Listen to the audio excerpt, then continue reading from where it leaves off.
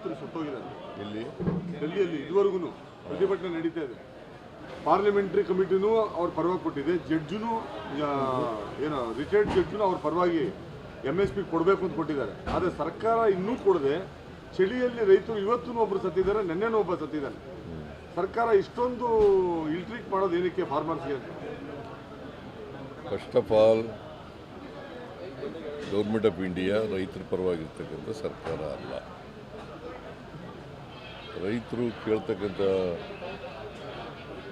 ಒಂದು ಒತ್ತಾಯ ಏನಪ್ಪ ಅಂತಂದರೆ ಭಾಳ ದಿನಗಳಿಂದ ಅದಕ್ಕೋಸ್ಕರ ಚಳುವಳಿ ಮಾಡ್ತಾ ಇದ್ದಾರೆ, ಉಪವಾಸ ಸತ್ಯಾಗ್ರಹ ಮಾಡ್ತಾ ಇದ್ದಾರೆ. MSPಗೆ ಕಾನೂನು ಮಾಡಿ ಅದಕ್ಕೆ ಒಂದು ಲೀಗಲ್ ಚೌಕಟ್ಟು ಕೊಡಿ ಅಂತ ಹೇಳಿದ್ದಾರೆ.